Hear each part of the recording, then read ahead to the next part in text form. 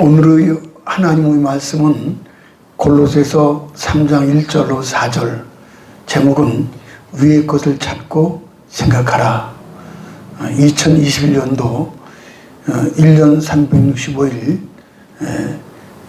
12달 또 52주 첫 번 설교를 하나님께 예배를 드리도록 합니다. 가이드 포스트에 실렸던 간증으로 새 생명에 관한 아주 귀중한 교훈이 전해지고 있습니다. 미국에 사는 댄 크라이트너트라고 하는 18살 먹은 젊은 청년이 있었습니다. 심장 박동이 불축해서 거의 죽은 상태였습니다. 이렇게 이제 심장이 불규칙해서 이미 오래전부터 심장병으로 박동을 거칠고 호흡이 불규칙하고 가슴은 쿵쿵 울렸습니다. 이제 사는 길은 타인의 심장을 이식하는 방법밖에 없습니다. 그러던 어느 날 병원에서 급한 연락이 왔습니다. 이제 기증자가 왔다는 거예요. 기증자가 왔다는 거죠. 그래서 기증자가 나왔으므로 1시간 내로 병원으로 오라는 겁니다. 긴급히 경찰차로 비행장으로 달려갔고 비행기에서 내리자마자 다시 앰뷸런스와 경찰차 에스코트를 하면서 병원으로 달려갔습니다. 매스컴의 취재 기자는 청취자들에게 잠시 동안 이분을 위해서 긴급 기도 부탁을 합니다. 수술 시작 전 아버지는 곁에서 너를 대신할 수만 있다면 어떤 것이라도 내놓겠다라고 기도했습니다. 수술은 성공적이었지만은 워낙 큰 수술이라 회복실에서 혼 상태에 있다가 성탄절 아침에 눈을 떴습니다. 중환자실에 들어온 가족들은 여러 사람들이 보내준 위로와 격려의 카드를 전달했습니다. 이름도 모르는 많은 사람들이 보내는 격려 카드는 글자 그대로 큰 감동이었습니다. 그러다가 중서부 우체국 소인이 찍힌 카드를 발견했습니다. 그 편지는 무엇인가 다른 느낌을 주었습니다. 그는 내용을 보자 그만 목이 메어 아무 소리를 내지 못하는 거예요. 그래서 어머니가 물었습니다. 얘야 왜 그러니? 그는 어깨를 들먹이며 흐느끼면서 편지를 읽어 내려갑니다. 편지의 내용은 이렇습니다. 사랑하는 댄, 우리는 서로 모르는 사이지만 남편과 나는 너를 아주 가까이 느끼고 있단다. 우리는 외아들 로이드의 심장을 기증했고 너는 그 애의 심장을 가지고 있구나. 내 아들 로이드가 네 속에 살아있으니 그를 잃은 슬픔은 훨씬 덜 느끼는구나. 댄, 우리의 사랑을 보낸다. 성탄절 아침에 그는 하나님의 아들이 왜 세상에 오셔서 죽어야 했는지 더 깊이 알게 되었습니다. 자신의 몸을 주고 자신의 심장을 넣어주기 위해서 그렇게 하신 것입니다. 그는 이렇게 기도드렸습니다. 감사합니다, 주님. 로이드의 심장의 힘으로 나는 새로 태어났습니다. 나는 새로운 삶을 살아갈 것입니다. 심장은 보이지 않지만 나는 그 힘을 알고 믿습니다. 로이드처럼 아름답게 살아갈 것입니다.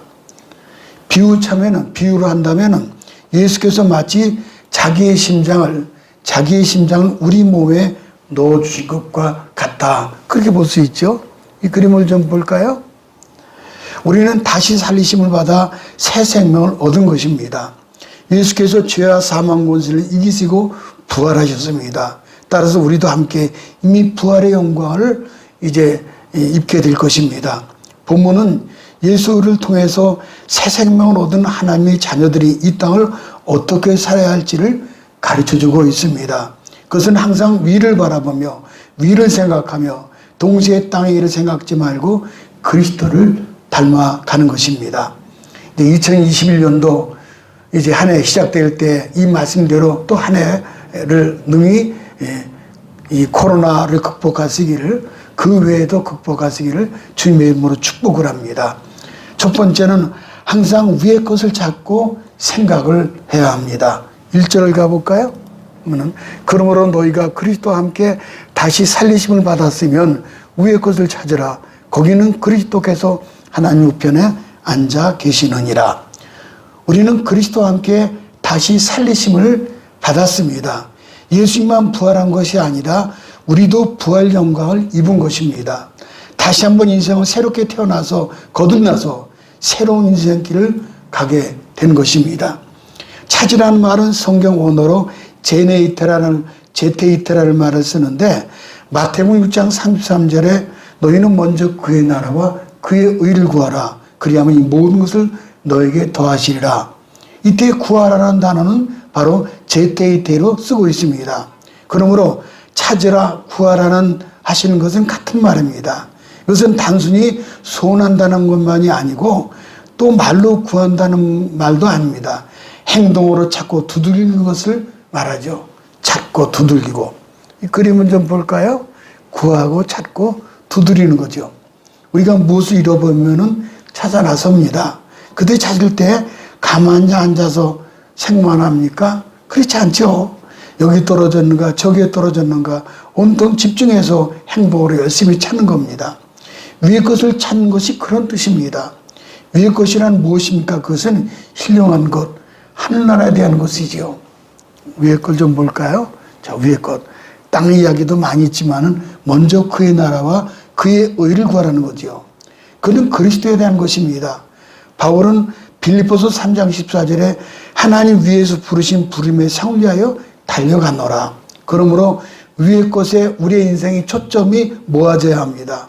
우리의 행동 방향이 여기에 있어야 합니다. 오로지 위의 것을 위하여 우리의 행동이 그쪽으로 향해서 전력 질주하는 것입니다. 이 땅의 삶의 초점은 이 땅에 사는 동안 항상 저 높은 곳에 두라고 오늘 성경에 말씀해 주고 있는 것입니다. 왜냐하면 귀하고 신령한 것들, 영적인 것, 영원한 것들은 모두 저 높은 곳으로부터 우리에게 이 땅에 주어지기 때문입니다. 사람이 짐승과 다른 점은 사람은 두 발로 걸어 다니고 짐승은 대부분 네 발로 걸어 다니는 것이 다릅니다. 짐승은 네 발로 걸어 다니기 때문에 언제나 그 눈이 땅을 내려다 보도록 되어 있습니다. 그러나 사람은 두 발로 걸어 다니기 때문에 머리를 위로 향하여 언제나 위를 보도록 그렇게 만들어져 있습니다. 그래서 인간의 학명을 이제 안드로포스다 그렇게 하는데 이것은 위를 바라보는 자 그런 뜻입니다. 성경을 보면 위의 것을 찾으라. 거기는 그리스도께서 하나님 보좌 우편에 앉아 계신다라고 말씀하고 있죠. 이 그림을 좀 볼까요? 보면은요. 자, 하나님 계시고 보좌 우편에 우리 예수님이 계시죠. 사람들은 편할 때 굳이 위를 보려고 하지 않습니다.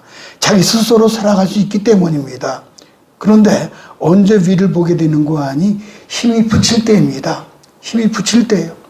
자기 스스로 살아갈 수 없기 때문입니다. 그때 비로소 은혜와 진리를 발견합니다. 우리는 흔히 부부간에 이런 지적을 주고받을 때가 있죠. 남편이 아내에게 당신 생각이 있는 거야. 또 다 반대로 아내가 남편에게 당신이 생각이 있는 거야. 그러면은 마치 내 생각, 그러면은 아차 내가 생각이 좀 짧았구나. 그런 일이 많잖아요. 이때 하나님의 자녀들은 땅의 생각으로 염려 근심 말고 하늘의 생각으로 염려를 하나님께 맡겨야 합니다. 사람은 평소에 그것의 길이 있다는 건 모릅니다. 그렇지만 사람이 감당할 수 없는 지경에 이르게 되면은 비로소 인생의 근본적인 문제 해결은 모두 저 높은 곳에서 온다는 그런 지혜를 얻게 됩니다. 어떤 기독교 신앙이 얕은 청년이 자기 어머니가 너무 고지식하리만큼 신앙생활을 하시는 것을 보고는 어머니가 무지해서 저렇구나 그렇게 생각을 해왔습니다. 그런데 전쟁이 일어나서 군에 입대하게 됩니다. 기차를 타고 전장으로 나가는 아들에게 어머니가 마지막 부탁을 합니다. 아들아, 내가 감당하기 어려운 상황이 오거든. 그때는 위를 보거라. 그렇게 이제 어머니가 부탁을 했죠. 근데 아들은 무심히 흘려버렸습니다. 군인은 전쟁에서 이제 적진에 포위되고 말았습니다. 이제는 살아남을 가능성은 전무합니다. 길이 없습니다. 방법이 없어요.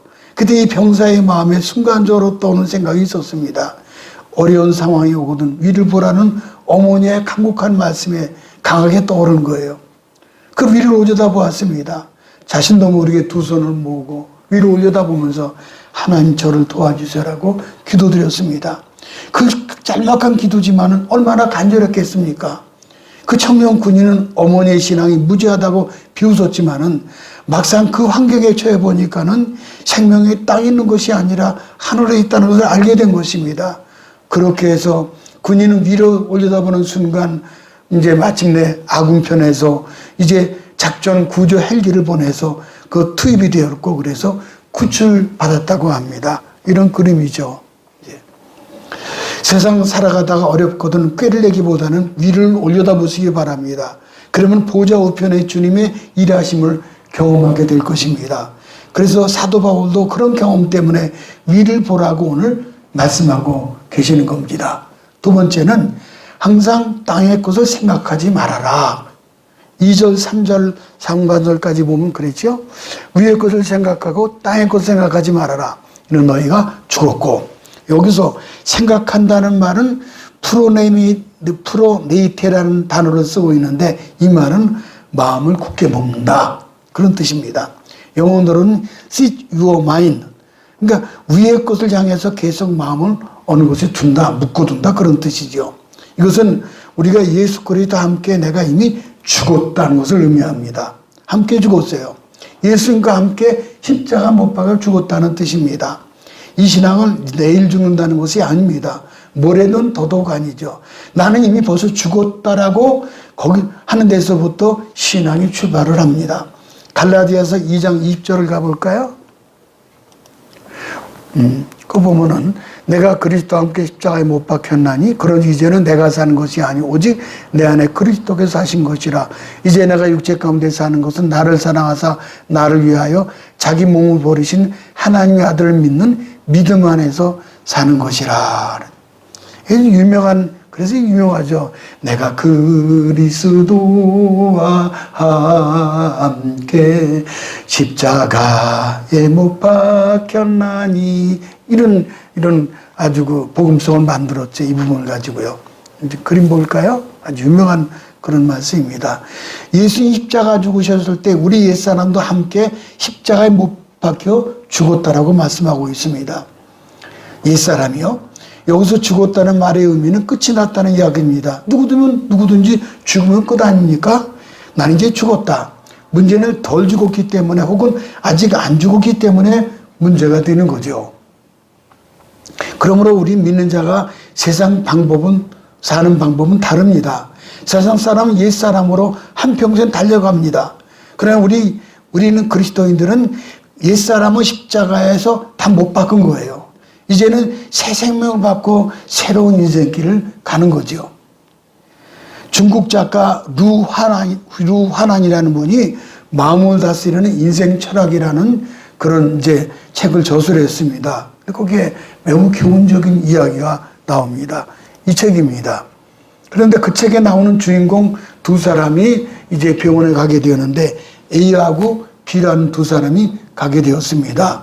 근데 이들이 이제 병원에 가면서 하는 이야기가 뭔가 하니 약속을 하는데, 두 사람이 약속을 하는데, 검사 결과 종양이 암이면 모든 것을 멈추고 여행을 떠나자는 겁니다. 그러니까 두 사람이 다 종양이 생겼는데, 검사해 보니까는, 암이면은 여행 떠나가자 그런 거예요. 뭐 세상 사는 게 뭐냐고. 진단 결과가 나왔는데 A는 악성 암이었고 B는 그냥 단순한 혹이었습니다. 약속대로 A는 하던 일을 다 접고 인생을 품위 있게 마무리하기 위해 여행 가기로 작정을 합니다. 우리 보통 그 있잖아요. 보면은 죽기 전에 가볼 곳. 죽기 전에 가볼 곳. 그래서 이제 이 A라는 분은 아주 긍정적인 인생을 살기 때문에 그래서는 죽기 전에 가볼 곳. 어차피 이제 1년 만에 다 죽을 텐데 나는 이제 새로운 인생 가겠다 하고서는 하던 일을 다 멈추고 이제 여행을 한 계획표를 만들었어요. A는 먼저 티베트로 가서 구경을 하고 그 다음에 양장한 상류에서 하류까지 배를 타고 유람을 합니다. 그리고 해남으로 가서 해변을 즐기고 하얼빈으로 가서 겨울을 납니다. 대련에 가서 다시 배를 타고 바닷길로 남부로 가서 천안문으로 올라갑니다. 그리고 그곳에서 그렇게 읽고 싶었던 셰익스피어 작품을 모조리 다 읽습니다. A는 이렇게 계획을 세웠고 계획표대로 여행을 했던 겁니다. 이제 하나님 주신 시간이 얼마 남지 않았습니다. 그래서 열심히 세운 계획을 모두 실행을 했습니다. 그리고 그동안 여행을 정리하면서 시도 쓰고 산문을 쓰면서 신문에 발표를 하기도 했습니다. 어느 날 비가 신문을 보니까 함께 진찰받았던 친구의 글 산문이 올라와 있어요. 그래서 친구의 병세는 물으려고 할 겸 전화를 했습니다. 여보게 어떤가? 그랬더니 애가 이렇게 말하는 거예요. 만일 내가 암이 아니었더라면은 나의 삶이 얼마나 그 엉망이 되었을지 생각하면 정말 끔찍하네. 암은 나를 일깨워줘서 하고 싶었던 일을 하게 만들었고 꿈이 현실로 되게 하였네. 나는 이제야 진정한 삶이 무엇인지 인생이 무엇인지 느끼게 되어서. 근데 자네는 잘 지내고 있는가? 그래서 비가 아무 말도 하지 못하고 있다가 이렇게 말을 합니다. 자신이 알면 여행을 떠나겠다던 꿈이 아니라는 말에 꿈을 암이 아니라는 말에 까맣게 잊어버리게 되었네. 그리고 암이 아니기 때문에 나는 오늘도 모든 것을 다 잃어버리고 이렇게 암울하게 살아가고 있다네. 그런 거예요. 여기 나오는 비는 누구입니까? 이거는 바로 우리 자신의 모습이 아닌가. 우리 모두는 그렇게 생각을 가지게 됩니다. 우리는 매일 소란하게 살고 각박하게 살고 바쁘게 살고 짜증내며 매일 걱정하면서 살아가고 있습니다. 하나님 우리를 창조하실 때 고급스러운 존재를 창조하셨어요. 품위 있는 존재, 생각하는 존재로 지으셨습니다. 그런데 우리 생각 없이 살아가면서 그 결과 하나님과 동떨어진 채 하나님을 잊어버리고 살아가고 있는 것입니다. 이것이 현재 우리가 살아가는 모습입니다. A는 범사에 긍정적이게 암이 치료가 되었던 겁니다. 캐럴 버리스라는 주부는 근육 무력증에 걸렸습니다. 근육 무력증이요. 점점 근육이 무력해져서 죽게 되는 그런 질병이죠. 그는 이제 나이도 이제 한 50대 초반에 6명의 자녀를 두고 있었고 무용학교 원장이었습니다. 그녀의 삶은 풍요로웠죠. 그러나 그녀의 모습은 변했습니다. 머리카락은 모두 빠지고 스테로이드 과다 투여로 얼굴과 몸 전체가 부어 있었습니다. 세상 사람들은 오래 살지 못하리라고 했습니다. 부활절 날에 성가대오들은 그녀 집에 몰려가서 나 같은 죄인 살리신 그 찬송을 불렀습니다. 통성으로 간절히 기도를 했습니다. 근데 그녀의 가슴이 뜨거워지면서 하나님의 임재를 느꼈습니다. 하지만 그들이 돌아간 후 다시 무력해지면서 비참하기 시작했습니다. 그때 마음속에 한 생각이 들었습니다. 그들이 그렇게 열심히 기도하고 나도 그렇게 기도했는데 그것은 다 무엇인가? 그냥 헛것인가? 내가 신자로 이렇게 믿어야겠는가? 왜 백부장처럼 살아 움직이는 신앙을 갖지 못했는가? 하는 그런 자각이 오자 우선 자리에 누워있지 말아야 되겠다라고 결심을 합니다. 힘이 들었지만 여기서 물러설 수가 없습니다. 그때 내면으로부터 알 수 없는 새 힘이 솟구쳐 나오는 거예요. 양 손과 발에 힘이 불끈 주어지는 거예요. 그녀는 하나님 주신 좋은 것들을 생각했습니다. 그러자 내면에 성령의 불이 피어오르고 그 신기한 빛은 뿜어져 나오더니 마침내 육체가 치료받기를 시작했습니다. 세상의 광선은 밖에서 비추지만은 성령의 빛 광선은 안에서부터 밖으로 비춰 밖으로 표출이 됩니다. 그녀 얼굴은 스테반처럼 얼굴에 광채가 났습니다. 그러면서 조금씩 움직이게 되자 휠체어에 앉은 채 병원에 다른 환자들을 찾아다니면서 희망과 용기를 북돋워 주었습니다. 그리고 살아계신 하나님을 증거했습니다. 그렇게 날마다 진지하게 위의 것을 찾으며 살았습니다. 그러자 전에 모르던 새로운 영역이 열립니다. 내 생명이 꺼질 때까지 사랑하고 생명을 나누리라. 그러다 마침내 시간이 흐를수록 병세가 호전되는 것을 몸으로 느꼈습니다. 지금은 완전히 다 완쾌되었습니다.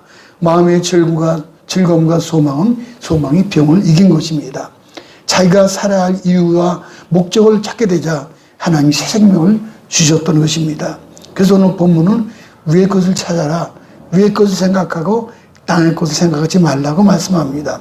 그렇다면 무엇이 위의 것이고 무엇이 아래 것입니까? 위의 것은 12, 14절에 나왔죠. 그것은 긍휼과 자비와 온유와 오랜 참음과 용납과 용서, 사랑 등입니다. 또 땅의 꽃은 5절 7절에 보니까는 음란, 부정, 사욕, 정욕, 탐심입니다. 오늘 우리들이 생각 없이 살아가다 보니까는 위의 것과 땅의 것을 혼동하며 살아가고 있습니다. 그래서 우리의 삶에 절대적으로 필요한 것은 생각하는 삶이고 하나님 말씀을 매일 묵상하는 삶이어야 하는 것입니다. 마지막 세 번째, 우리의 생명은 어디에 있습니까? 둘로 나누면 첫째는 하나님의 감춰 있어요. 내 생명은 하나님의 감춰져 있다. 3절 하반절을 가볼까요? 너희 생명이 그리스도와 함께 하나님 안에 감춰져 있습니다. 그리스도와 함께 하나님 안에 감춰졌다는 것은 참으로 신령한 말씀이에요. 이 신비한 말씀이에요. 하나님 보좌가 있고 거기에 하나님 계시고 하나님 우편에 예수께서 계십니다. 그리고 또한 거기에 내 생명이 감춰 있다는 거예요. 이거 참으로 신비로운 말씀이죠. 감춰 있다. 왜냐하면 나는 아직 이 세상에 있기 때문에, 그러나 이미 거기에 하나님이 가 있다는 거예요. 예를 들어 명절 때 교통편이 참으로 문제죠. 이제 그 교통편을 보게 되면은 이제 이거 볼까요, 그림은? 아이고, 명절 때 뭐 길이 막혀 주차장이죠. 고속도로 주차장이 되어버리니 고생이 이만저만이 아니죠. 근데 만일 기차를 타게 되면은요, 곧바로 내려가요. 그래서 기차표를 예매해 두어서 좌석에 앉는 거죠. 이거 보세요. 막히는 것도 없죠, 뭐. 이것이 바로 예매죠. 그럼 나는 아직 기차를 타지 않았습니다만, 그러나 이미 기차는 거기에 내 자리를 예매해 놓은 거죠. 그래서 그 좌석에 내가 감춰져 있다라고 표현한 겁니다. 하나님 나라, 거기에 나의 생명이 감춰져 있어요. 이것은 내 생명의 보장이요, 내 영적 생명의 구체적인 의미입니다. 내 생명이 이미 거기에 가 있는 거예요. 단지 감춰졌다고 하는 것은 다만 현실적으로 내 육신에 여기에 있기 때문입니다. 그러나 이미 내 자리가 확정되어 있습니다. 감춰 있어요. 그래서 예수 믿는 사람들은 죽느냐 사느냐 언제 죽느냐 상관없어요. 아무 때 어떤 모양으로 가든지 내 이름이 생명책에 등록되어 있기 때문입니다. 그림을 좀 볼까요? 보세요. 이제 하나님 보좌 앞에, 심판대 앞에 설 때 옆에 생명책이 있고, 생명책에 이름이 있으면 패 쓰는 거죠. 그래서 사도 바울은 이 놀라운 일을 두고 그리스도 안에 감추어져 있다, 내 생명이, 그렇게 말씀하고 있습니다. 그렇습니다. 우리 그리스도인의 영화로운 몸과 같이 호련히 이제 그리스도가 영화로운 몸으로 부활한 것처럼 우리도 호련히 변하게 될 것입니다. 그리스도가 거기 있다 하면은 내가 거기 있는 거예요. 그리스도가 계신 그곳에 내가 지금 있는 거죠. 그리스도는 바로 이런 마음으로 오늘을 삽니다. 하늘을 올려다볼 때 하나님 계시고 그리스도가 계시고 그 안에 내 생명이 감춰져 있는 겁니다. 이것이 초대교회 사람들의 용기요 지혜요 힘이요 생명력이었습니다. 그런 거로 아무것도 무서울 것이 없습니다. 순교자의 용기, 기쁨은 바로 여기서부터 나오는 것입니다. 어떤 생물학자가 세미나에서 조그만 씨앗을 집어들고 이 씨앗 하나가 참으로 신비로운 것입니다. 우리는 이 성분대로 씨앗을 만들 수가 있습니다. 그런데 우리 인간이 만든 것은 땅에 심으면 곧 죽어버립니다. 싹을 틔우지 않고 썩어버리는 거죠. 그러나 이 조그만 씨앗, 이것은 땅에 심으면은 이 창조주가 만든 이 씨앗은 다시 싹이 납니다. 그리고 똑같은 열매를 맺습니다. 썩지만은 거기 열매를 맺죠. 이 씨앗 하나는 바로 부활의 생명이 있기 때문에 그런 것입니다. 이 세상의 모든 육체는 땅에 들어가면 썩습니다. 그러나 예수 육체는 썩음을 당하지 않습니다. 왜냐하면 그 안에 새 생명이 있기 때문입니다. 이것이 예수 안에 감추어진 비밀입니다. 그럼 마지막에 둘째는 우리의 생명은 주님과 함께 나타나지요. 4절 볼까요? 우리 생명이신 그리스도께서 나타나실 그때 너희도 그와 함께 영광 중에 나타나리라. 이 말씀은 주님이 다시 오실 때 재림하실 때 나타나는 것으로 믿는 자의 영광을 의미합니다. 이 그림 보세요. 슈거 리프트 올라가는 거죠. 이 세상에 어떤 사람도 예수님의 재림에 관한 정확한 시기는 알 수 없습니다. 그러나 복음이 땅끝까지 증거가 되고 구원하시기로 작정하신 영혼들이 돌아오면은 이 땅에 재림해서 오실 것입니다. 예수께서 재림하실 그때에 땅에 있는 것들, 금은, 보화, 권력, 명예 등 아무 소용이 없습니다. 아무리 이 땅에 억만금을 모으고 큰 회사 재벌이라 할지라도 예수 재림 시에 아무 도움이 되지 못합니다. 현재 이 세상에 부귀영화를 누리고 권세자라고 할지라도 재림 시에 구원을 받을 수가 없습니다. 오직 예수 재림을 준비하면서 하나님의 영광을 사모하는 믿음의 사람들에게 이 기쁨을 안겨주시는 것입니다. 미국이나 유럽에 가보니까는 교회가 아닌 술집으로 쓰이고 별 이상한 곳에 쓰이는 곳이 많이 있어요. 그러니까 교회가 술집으로 변했죠. 과거에는 하나님을 찬양하는 곳, 귀한 성전 건물이었지만은 세상의 영향력을 잃어버리자 다 이사가 버린 거예요. 미국에 태버네클이라는 교회가 있는데 역시 세상의 흐름에 쇠퇴하였으므로 노인들 몇 명이 지키는 교회였었습니다. 근데 이곳에 신발람 목사님이 부임하면서 교회 안에 작은 기도의 모임이 시작이 되었습니다. 이제 이 신발람 목사님 신부하는 게 이 교회입니다. 지금은 커졌지만은 하루는 노인들이 몇 명이 안 되는 이제 노인들이 모여서 교회 성도들이 기도하면서 찬양을 불렀는데 한 무덤 한여름에 어떻게 성령의 감동인지 크리스마스 성탄 캐롤을 찬양했다고 그래요. 성탄 캐롤을 징글벨 아니면 무슨 신나게 고요한 밤도 해서 근데 거리에 매일 술에 취해서 마약하던 사람이 이 크리스마스 캐롤을 듣게 됩니다. 그러니까 미국에는 다 기독교 영향이 있는 사람들이기 때문에 그래서 그 사람이 그 크리스마스 캐롤송을 듣고는 자신의 귀를 의심했습니다. 그리고는 아니 이 무더운 여름에 웬 캐롤송이 들리냐 그러면서 겁이 도록 나더라는 거야. 내 인생도 이제는 내 때가 되어 내가 죽게 되는구나. 어떻게 하면 좋을까? 그래서 캐롤송이 흘러나오는 교회 가서 도움을 요청했다는 거예요. 이런 생각으로 교회에 들어가게 되었고 그리고 그 교회를 통해서 새 사람이 되고 새로운 삶을 다시 갖게 되었다는 것입니다. 또한 열심히 교회에 충성하는 성도가 된 겁니다. 지금 뉴욕에서 제일 영향력 있는 교회로 성장을 했습니다.